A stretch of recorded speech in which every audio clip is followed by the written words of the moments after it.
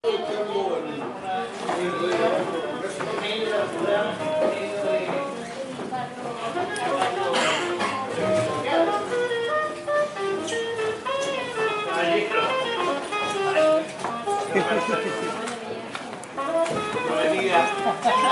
¿qué tal, Daniela?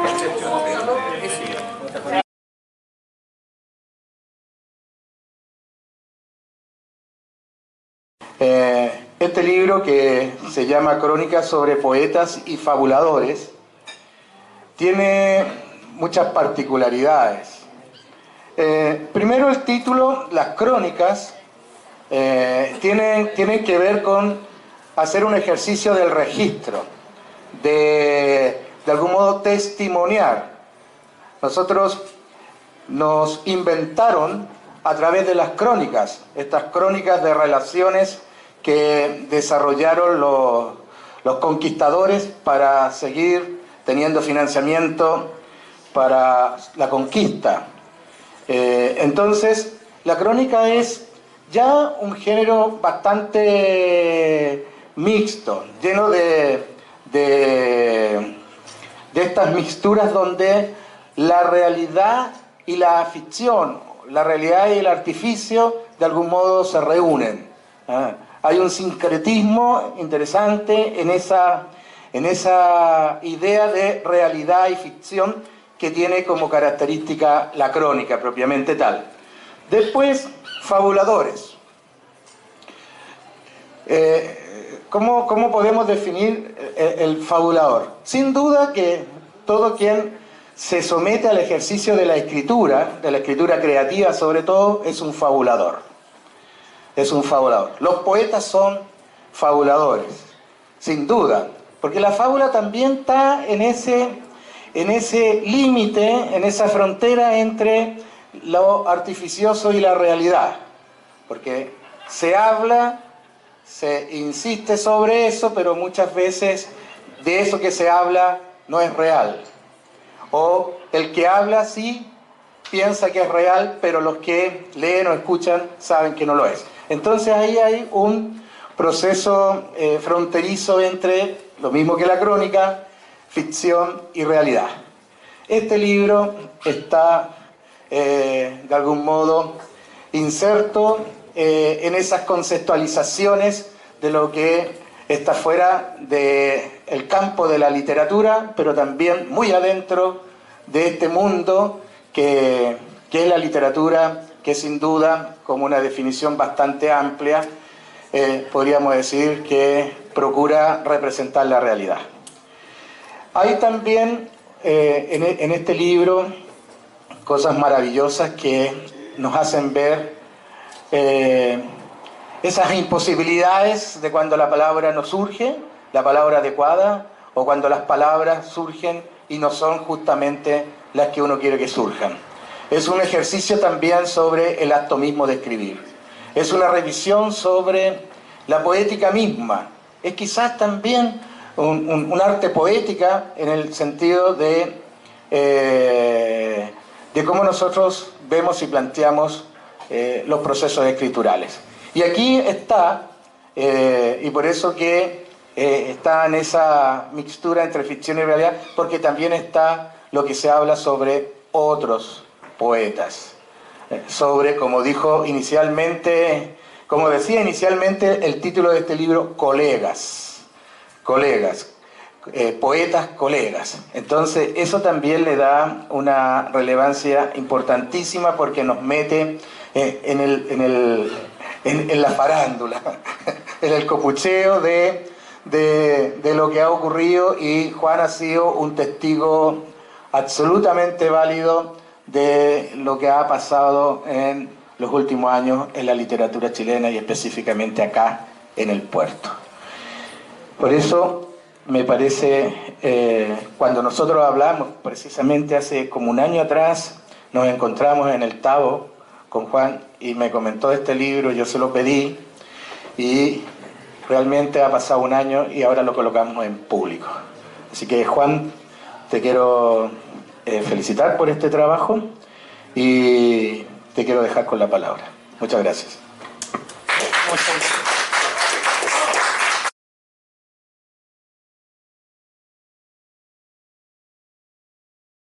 El cronista es el escritor que recopila y redacta hechos históricos o de la actualidad, en el género literario que recibe el nombre de crónica.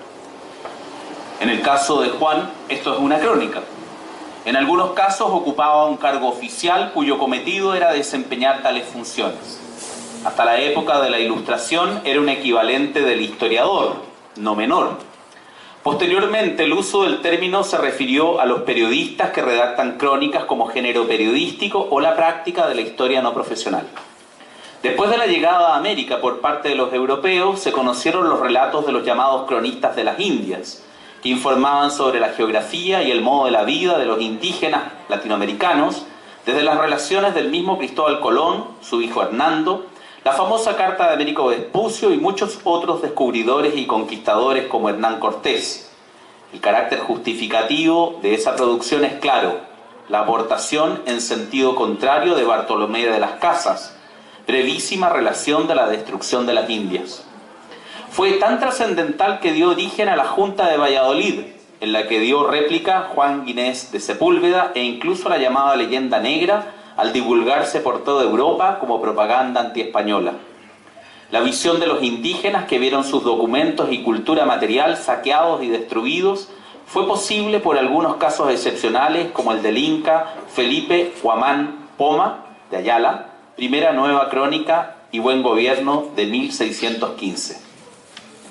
Algunos cronistas destacados de la América española fueron Bernal Díaz del Castillo, Fernando de Alba Ixicoclí, impronunciable, Inca Garcilaso de la Vega, Pedro Cieza de León, Hernán Cortés, Lope de Gomara, Gonzalo Fernández de Oviedo, Diego Durán, Francisco Jiménez, Fray Toribio de Benavente, Fray Bernardino de Sahagún, Francisco Vázquez, Fray Francisco Vázquez, entre otros. El término cronista comenzó a utilizarse más a menudo para designar el autor de relatos contemporáneos, a la par que se desarrolló la historia como ciencia y con un objetivo que es a la vez narrar y explicar el pasado. El cronista pasó a ser el simple relator de hechos desnudos, recopilador de fuentes o escritor costumbrista, sobre todo cuando se utiliza su función de cronista local. A finales del siglo XX, con el desarrollo del periodismo popular, el de cronista se convirtió en un oficio con pautas cada vez más claras y específicas. Los diarios estadounidenses especialmente fijaron normas para su redacción. La concisión y precisión del relato fueron desde entonces requerimientos básicos para la tarea del cronista. Los cronistas aportaron el material básico de los periódicos de la Primera y Segunda Guerra Mundial, pero no son por eso los periodistas menos calificados. El trabajo del cronista es altamente valorado por la capacidad de captación de lo más importante o novedoso en un suceso y los detalles que resultan significativos o emocionalmente impactantes desde el punto de vista humano. Y ese dejo humano es el que zumba tras los escritos del significativo libro que hoy presentamos de Juan Cameron, Crónicas sobre poetas y fabuladores. Recordemos que estos relatos o crónicas de poetas han sido significativamente despiadados en la historia de la filosofía. Aristóteles decía que los poetas mentían mucho, parece que todavía lo hacen. Y su no menos tremendo discípulo Platón simplemente los expulsó a patadas de la República. El libro texto, aquí presente, está dedicado íntegramente a Virginia Vizcaíno Molina. Pero, ¿qué hay en el texto?, vale preguntar. El mismo Cameron nos responde: ¿alguna vez has querido escribir algo y no puedes? ¿Alguna vez has hallado las palabras insuficientes para decir cuánto piensas? O, a mí me ocurre a menudo, es mi leitmotiv, aunque siempre aparece algún estúpido para destacar mi facilidad de escribir. Y añade más tarde: bajo el placer iniciático de la ducha, una mañana de estas descubrí el secreto, dice Juan. Se trataba simplemente de la métrica, y conté las sílabas. El pueblo unido jamás será. 5 versos de exactas 3 sílabas.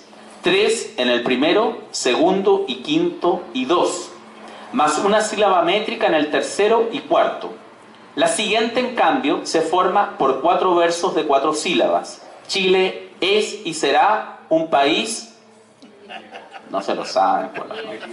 En libertad, sí es cierto que no me agrada la frase, pero bueno. Aunque solo el cuarto lleve las 4 sílabas y los demás 3 más el agregado por métrica. ¿Habrá un destino diseñado por el jadeo soñador del uno y la marcha decidida del otro? Dice Juan. Yo no lo sé, sostiene. Esa es cuestión de magia y en tal territorio no me entrometo. Juan Cameron, aquí a mi derecha, aunque no le guste, usa con la vara de un mago, y más aún en esta nueva edición de Mago Editores, la técnica sempiterna y mágica del collage, que es, como sabemos, una técnica artística que consiste en ensamblar elementos en un todo unificado, manipulando diversos materiales utilizados como materia prima, tales como periódicos viejos, revistas, papeles de colores o embalaje, fragmentos de fotos, telas, materiales, sólidos, pintura acumulada, etc. Y disponerlos sobre un espacio plano y en un cierto orden es el objetivo perseguido. A través del manejo de estos materiales se logra como resultado la creación de una composición original e imaginativa, una nueva voce o sottovoce, la expresión más plena, la visión final de un artista como es Cameron sobre otros artistas. Tiene su origen probablemente en China, pero es a principios del siglo XX cuando lo encontramos convertido en una práctica artística de relevancia, y aquí puede darnos muchas luces Virginia, resultado de investigaciones de los cubistas como Braque, Gris y Picasso. Surge en el cubismo por la necesidad que sentían estos artistas de reestructurar el espacio pictórico. Pero es una práctica que se extiende hasta nuestros días como uno de los grandes aportes del cubismo al arte de las vanguardias. Entre los artistas más representativos que han usado esta técnica podemos citar a Max Ernst, Marcel Duchamp y Man Ray. Con Trickster, que no sé si lo pronuncio bien, seguramente horrible, el collage adquiere otras dimensiones. Comienza a utilizar materiales de desecho, una estética de desperdicio que nos habla de la nueva civilización industrial. Es cosa de ver cuánta mugre hay en el Pacífico. El collage forma parte de las expresiones más significativas del siglo XX y su impronta puede apreciarse en las expresiones artísticas posteriores. Su prestigio y relevancia por las artes plásticas son incuestionables. A nuestro juicio, a mi juicio, Juan Cameron, utilizando esta técnica, aborda las temáticas calidoscópicas de su afán y experiencia lírica con otros autores. Algunas de estas veredas y otras de otros, unas vivos y otros ya no tanto, son las que abordan el poeta. Sin ir más lejos, Richard Hamilton, uno de los pioneros del movimiento pop art, marca otro hito con su obra. Pero, ¿qué es lo que hace a los hogares de hoy tan diferentes y tan atractivos? En la que se decide pegar una cartulina, todo tipo de imágenes sacadas de revistas, imágenes conscientemente seleccionadas de revistas sobre el hogar y la vida ideal que proporciona la sociedad de consumo. Parece que todos queremos ser parte de aquello. Cameron, a mi juicio, de manera amena y genial, nos describe esta mirada, esta puesta en la escena del arte de los otros. Estos artículos que vamos a ver reflejados y que recomiendo que no solamente lo leamos, sino que lo compremos, se intercala en un libro hecho a la manera de un Lego o un armable, como cuando uno era niño y le regalaban un Lego, ¿se acuerdan? Y de todo esto hace el propio Juan Cameron una mención y señala lo siguiente: no sé, ni me interesa, saber si mi prosa, en la que tanto desconfío, me hará famoso algún día. Ya me he divertido bastante, y eso es todo un triunfo. Mientras tanto, mientras escucho los cánticos de la plebe, yo cuento. Yo les cuento y copio a cada maestro, pues. Al igual que en el mentir, algo queda. Ojalá que algo quede también con este libro. Un abrazo, por favor, y un saludo para Juan Carlos.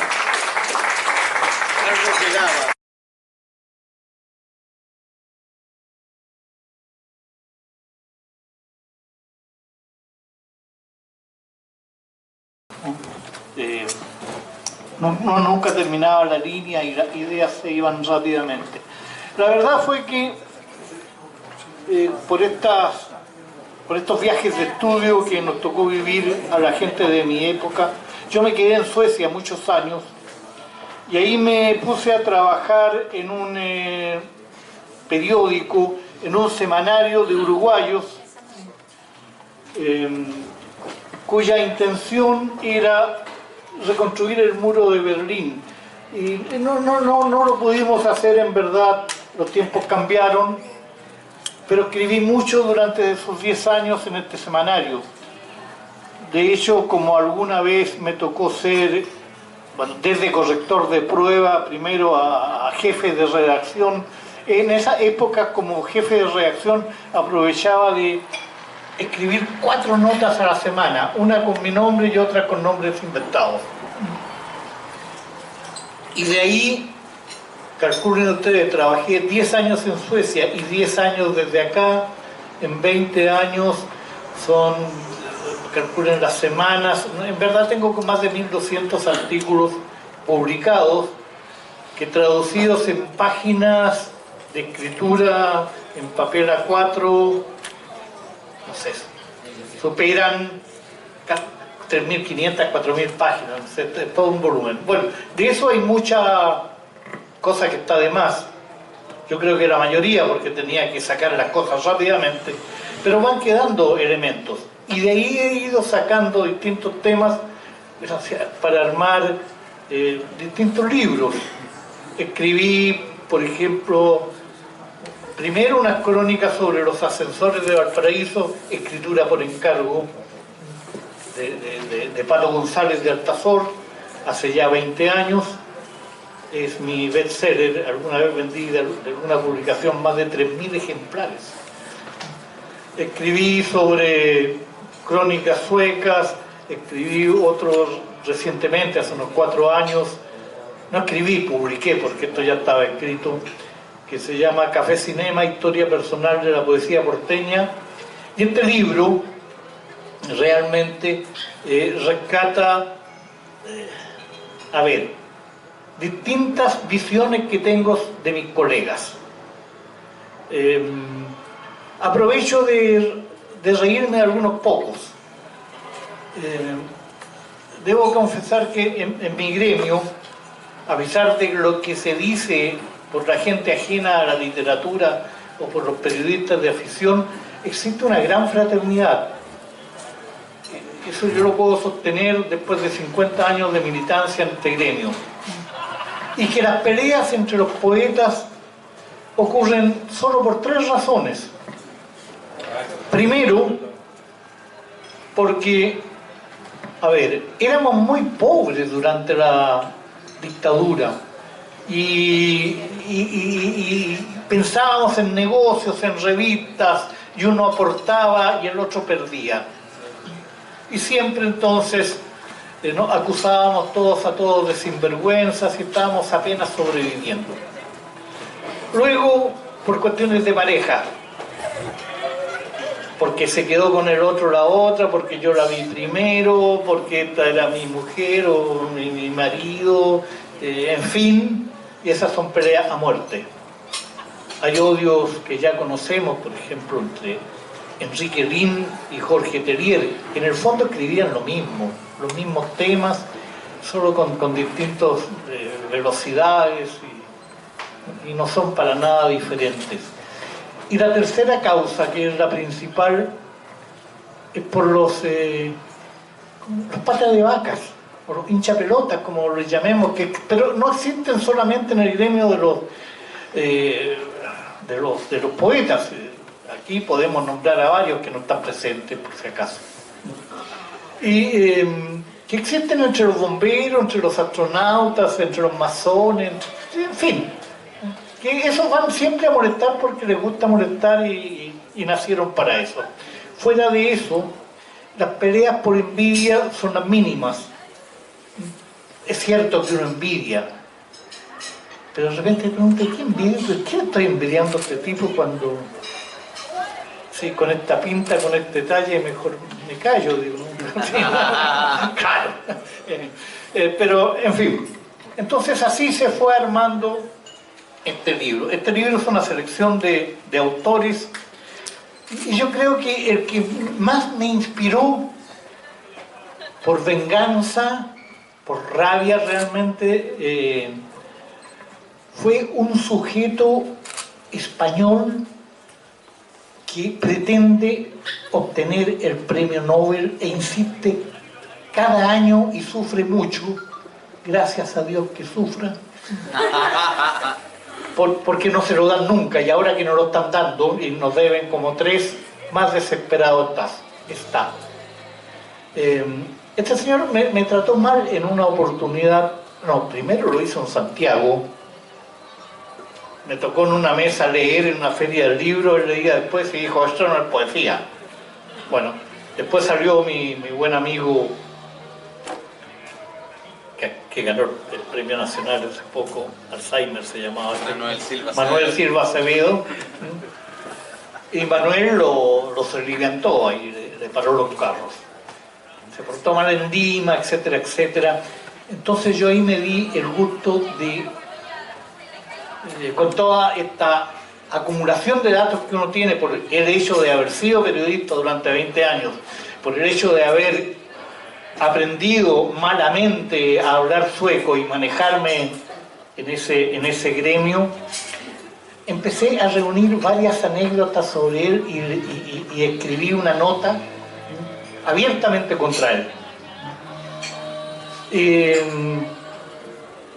Bueno, y eso me llevó a escribir a recopilar y corregir, estas son reescrituras en verdad, varias notas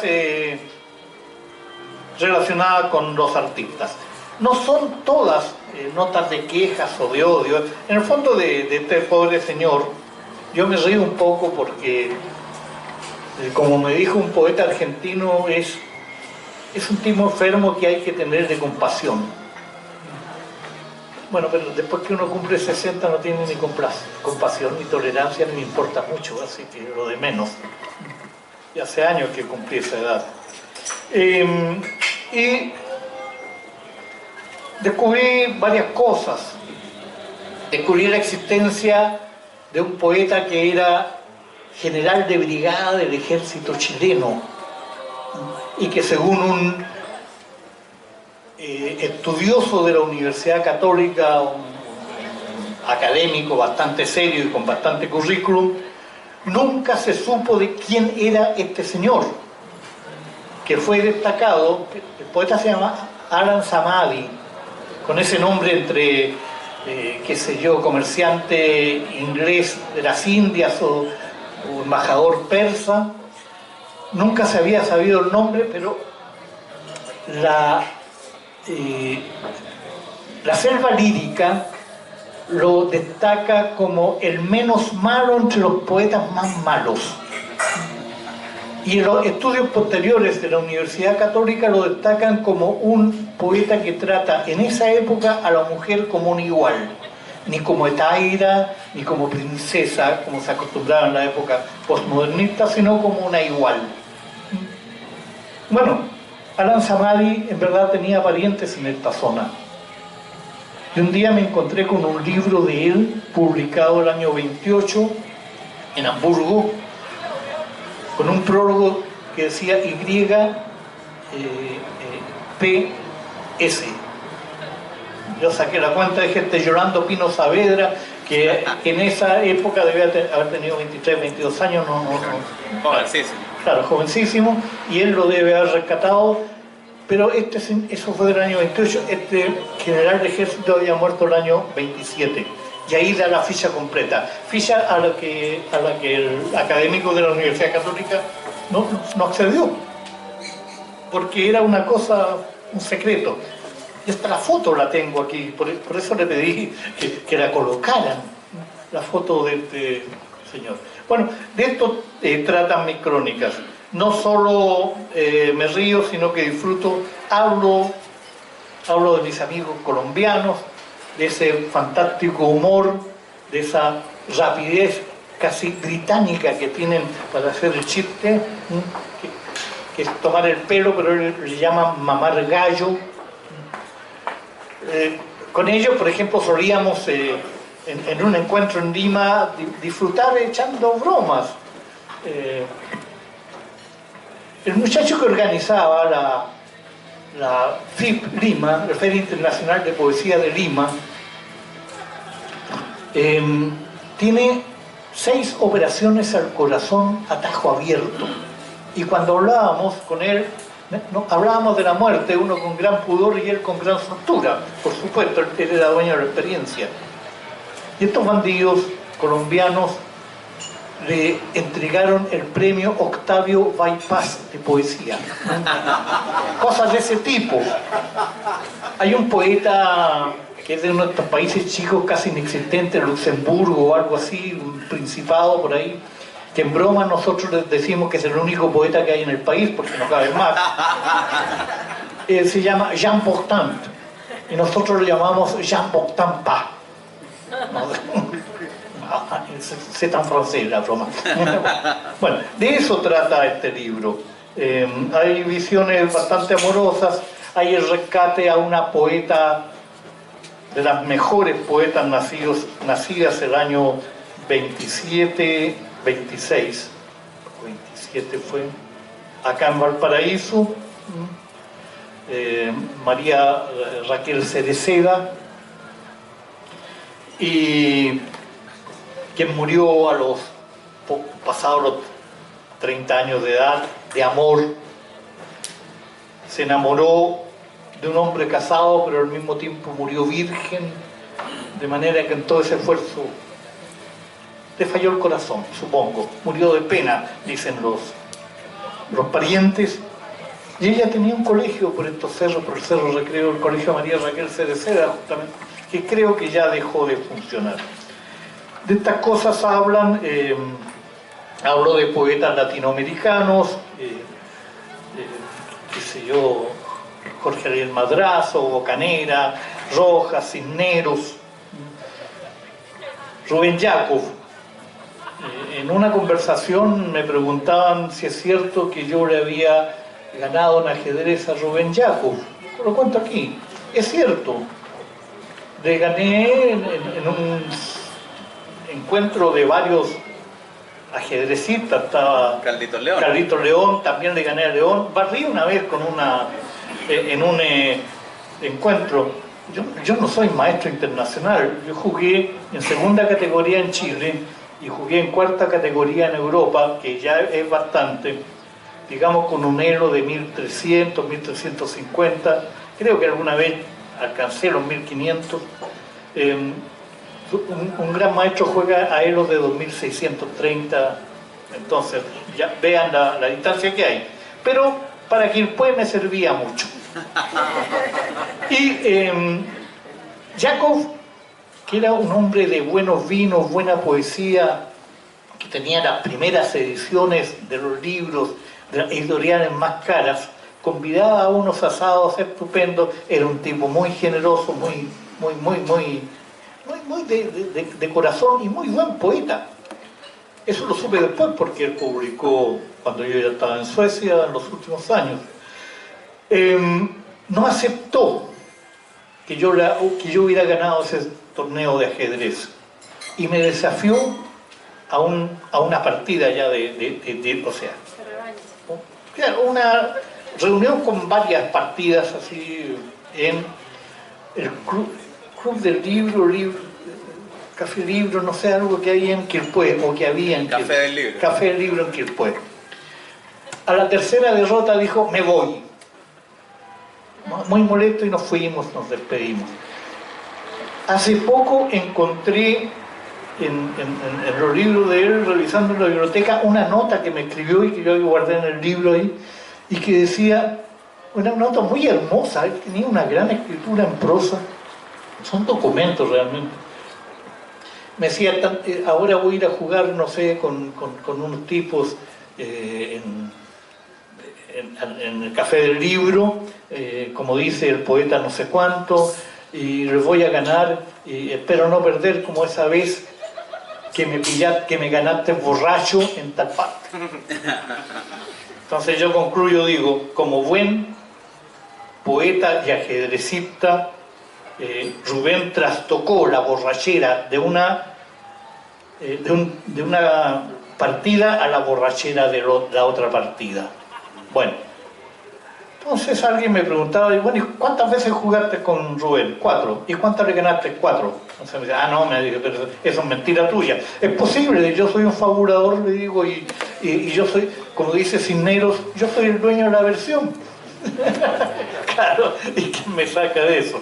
La diferencia de los fabuladores es que aquellos que escriben pasan como fabuladores. Hay tremendos fabuladores. Mi amigo Enrique Moro nos vino ahora que cierto pasara todos los cuentos que dice sería un escritor a nivel latinoamericano.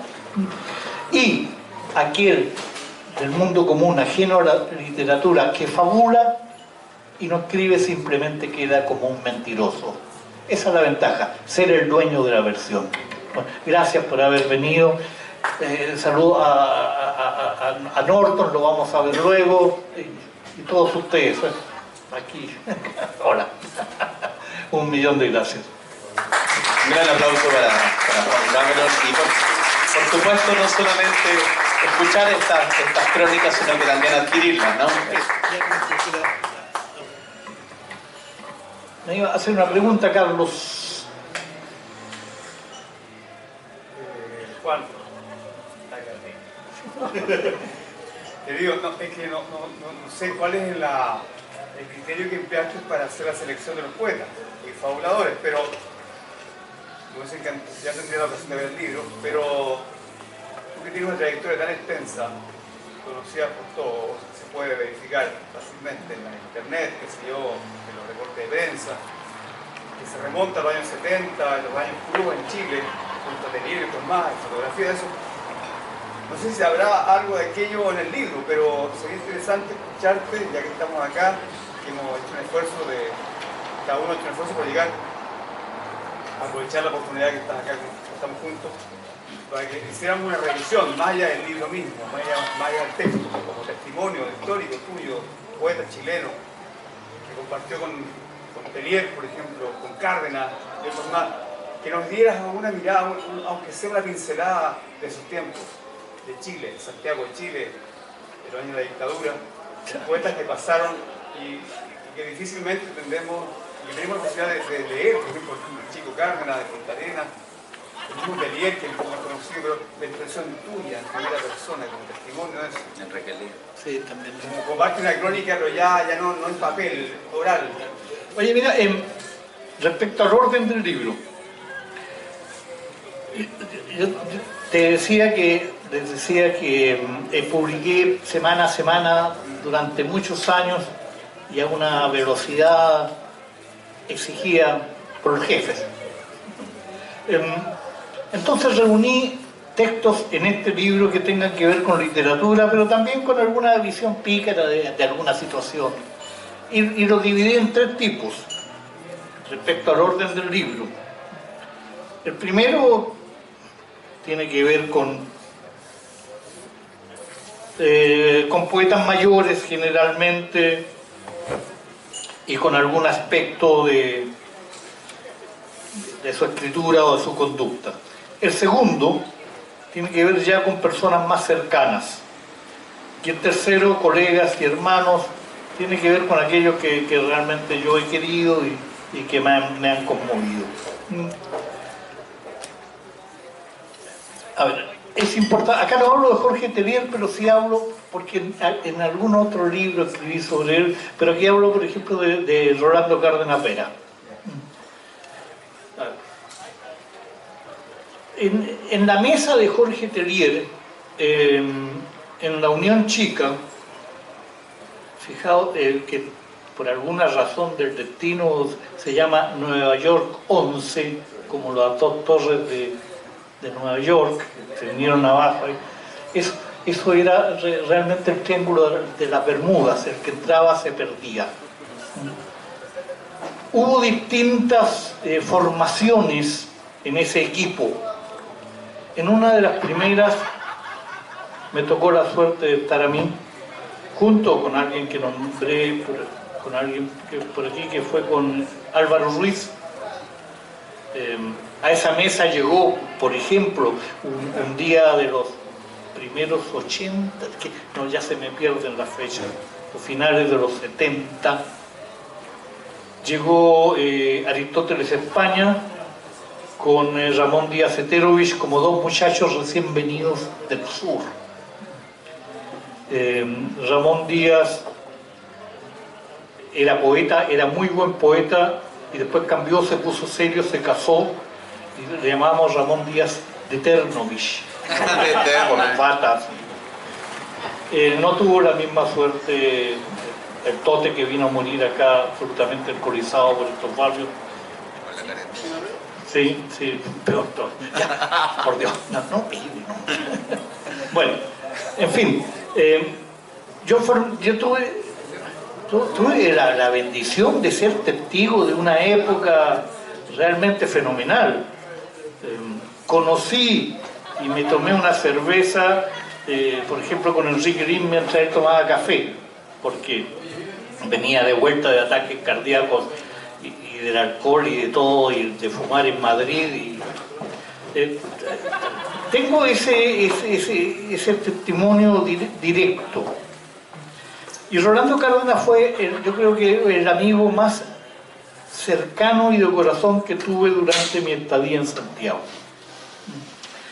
Rolando era ingeniero, era constructor civil, con muy mala suerte o tal vez con muy pocas ganas de trabajar, siempre anduvo en la miseria misma. Y en una oportunidad en que yo estaba muy jodido en Peregua, él fue con su mujer, con la nena, se me olvidan los nombres, fíjate con los años, fue a verme allá porque había conseguido un trabajo ocasional, llegó hasta bañadito, muy como ropa limpia, ¿sí? Y me llevó una caja de mercadería, y no solo eso, sino en un momento de cuido me pasó un fajo de billetes. La cuestión no se le olvida nunca a uno, por supuesto. La nana. También quise mucho la nana. También me llegó algún coscacho dirigido al Cárdenas, pero eso fue en otra oportunidad. Resulta que estábamos tomando con Terrier y con Cárdenas, y Terrier nos convida a su casa, y en ese momento llega la nana con una arquitecto muy buena moza, en un jeep. Nos juntamos antes y nos fuimos a la casa de Jorge, cerca de la escuela militar. Y resulta que Jorge se enamoró obviamente del arquitecto, pero el arquitecto era feminista, y empezamos a conversar, y con el chico Cárdenas empezamos a reír del tema, cosa que al seductor de Terrier le empezó a inquietar. Y en verdad nos portamos mal.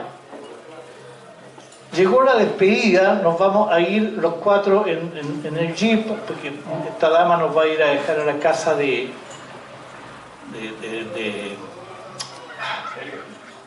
la nena y de la nana, al centro de Santiago, y ella nos dice: no, usted abajo, porque usted abajo por rotos, se quedan ahí. Bueno, no, dice Jorge, vamos a ver qué quedan. No, ustedes se van por rotos.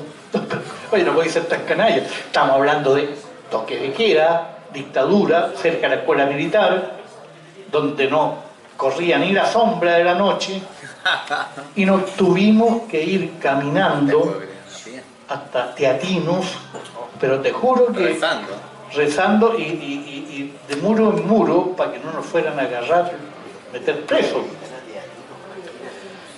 Y llegamos a las 6 de la mañana, pasar por cerca de la Moneda, imagínate, doblar ahí, meternos, y sale la nana en lo que es pelota, escalata totalmente, así, con una furia, y agarra al chico a charchazo limpio y lo mete allá, y a mí me dio un coscacho de allá, a dormir en un sillón, con los gatos ahí, que no eran muy aseados los gatos, pero por lo menos producían algo de calor.